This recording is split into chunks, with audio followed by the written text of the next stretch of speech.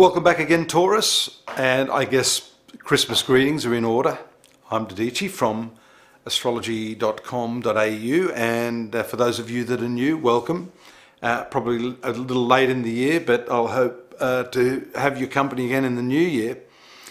But really, as the year comes to a close, the very, very important transits that are taking place, and in particular to your ruling planet Venus. Now, Venus on the 3rd of December moves to your relationship sector, but it's under the very, I guess, erratic influence of Uranus. So, as I've said to a couple of the other star signs, this can impact relationships generally, but because Venus is your ruling planet, as well as the natural love planet, all sorts of weird things can take place here. All sorts of ups and downs, all sorts of limit-breaking thoughts, words and deeds. You may really, really want to break free during this period. And as it makes that opposite aspect to Uranus, the unexpected can happen. You've probably had an inkling about this for some time. And we see that this impacts all areas of your relationship as 2018 winds down. And the most deep and intimate parts of your relationship, of course the sexual part, are also under the jurisdiction of the planets now. Because on the 7th we see a new moon taking place in that area. There have been a couple of periods throughout 2018. I've talked to you about this. I've talked to you about opening up and feeling relaxed and trusting enough to speak your mind, to allow those most intimate parts of your nature to be expressed. That's difficult for many born under Taurus, but that's the beauty of this transit.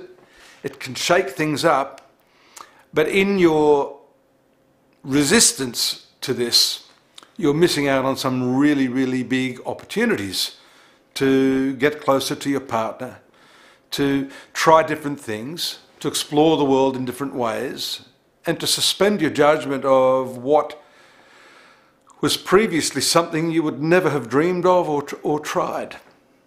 So I think all of that stuff is great news.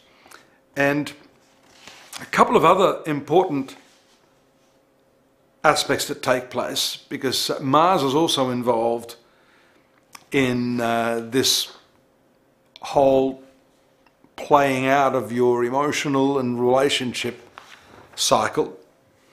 And that has to do with Mars, the planet that rules your marital area and your most intimate relationships, coming into a very powerful conjunction with Neptune on December 8th, which is just a day after that new moon. So this is in your 12th house, in some astrological circles considered the bedroom. So Neptune's very idealistic, but it can also make you a little woolly around the edges. You could be confused, you may want to try things, especially with Uranus impacting on you so strongly and on your ruling planet. You may want to try things, you may be reaching for these amazing ideals that I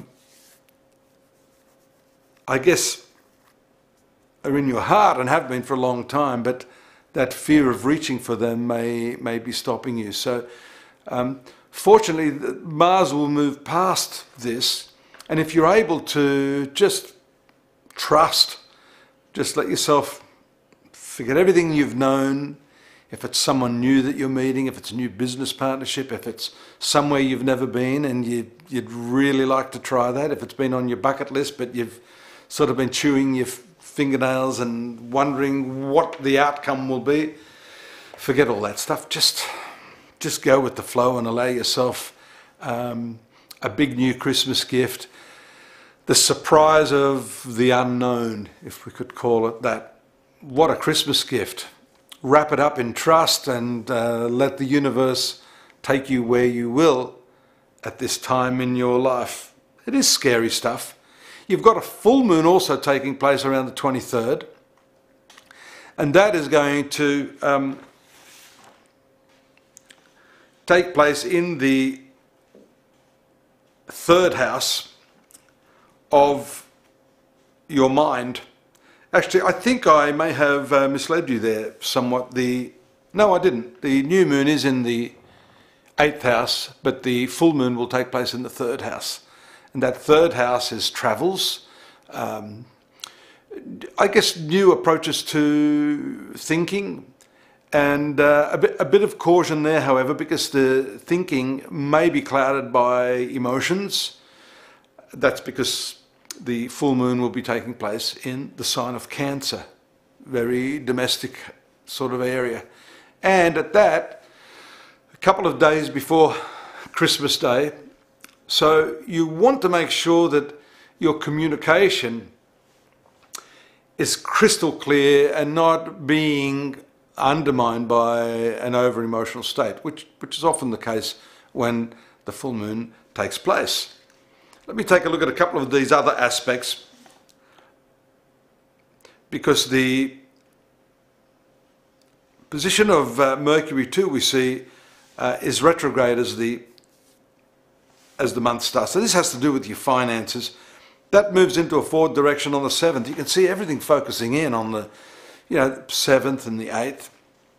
But the forward movement of Mercury is very, very good because it actually relates to any decisions you have to make over finances, contractual work. Unfortunately, that's earlier on in the month, because that 3rd house full moon, if you were to do anything later in the month, could be clouded again by those emotions. So make sure that you're crystal clear in your intellectual understanding of what you're agreeing to, what sorts of things you're going to buy, and do it preferably earlier in the month rather than later, when that full moon is going to overpower your thinking.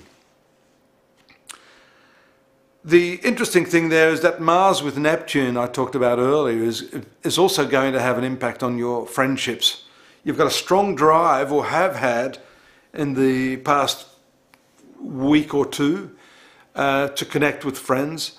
But the interesting thing there is that the placement of Neptune in that 11th house, and that's a long-term placement, creates, I don't want to say deception, but it could be self-deception. You may be seeing more into something than is there. That's where that crystal clear, rational thinking and deduction is important. You don't normally bring that into relationships because, you want to be emotional about things, but this is precisely why you have to think clearly, and don't let your emotions sway you too much. You've got to balance that against what I said about trusting and trying different things. But I guess it's a calculated risk, an informed decision that you must make. And once you've thought it through, then what the hell, jump off the cliff into the unknown and let Santa surprise you this Christmas. Look forward to your company in the new year. Don't forget to stop in at my favourite website, astrology.com.au. And I do look forward to many, many more predictions for you in 2019. Bye for now.